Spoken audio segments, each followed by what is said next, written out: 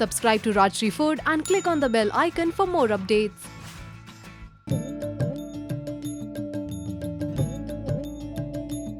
Hey guys, it's me Varun Inamdar and welcome to Rajshri Food. Well, in this stunning episode of Village Diaries with Varun Inamdar, today I'm going to show you a very typical ethnic, rustic and traditional Maharashtrian chutney called Thecha.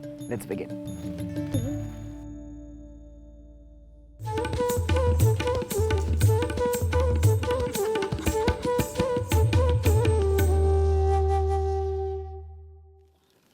The first step of making a thecha is actually lighting up a chula. Once that is done, you of course place an earthenware, and trust me, a thecha tastes perfectly well when made in this fashion. The next step is to add in some oil. Well, there are as many thecha recipes as many homes in Maharashtra. Some make it with red chili, some make it with green chili, some make it with a mixture of both. I prefer it this style.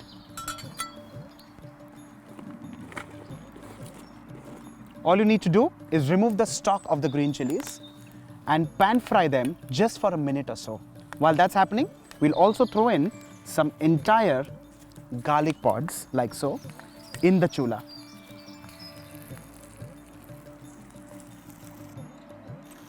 The whole idea is to roast the garlic nice and brown and to get the chilies just a little pan fried. Well, at this stage, there are a lot of options, like I say. You could also throw in some cumin seeds, you can throw in some coriander leaves. Choice is completely yours, but trust me, I prefer it like so. Time to add in some salt.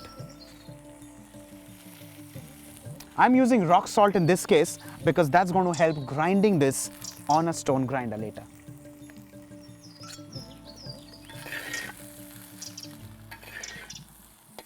Time to pull out the pods of garlic. Now I'm also going to pull out with some embers so that it continues roasting. Let's add in some more pieces of wood.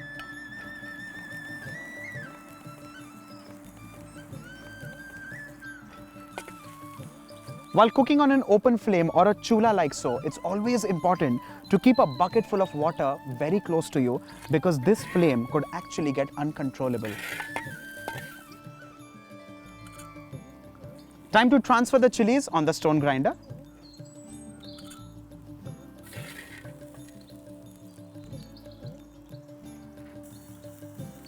The next step is to pull out the pods of garlic. The chilies and garlic are well roasted. It's time to pull out the cloves of garlic. Allow these to cool down a little because this could get extremely hot. Well, there's a whole society of thecha makers that actually believe in adding roasted peanuts at this stage. But trust me, in my personal opinion, I feel it reduces the spice quotient. If you are one of those, please go ahead and add it.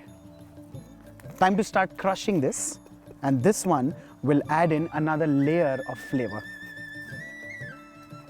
While you're hand crushing or stone grinding, always start in smaller quantities, and then once it is crushed lightly, then combine all of it and grind further.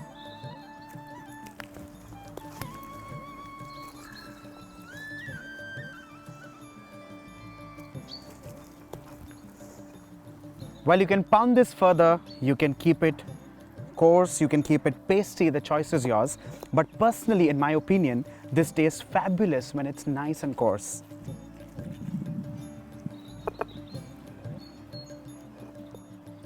Let's transfer this in a serving bowl.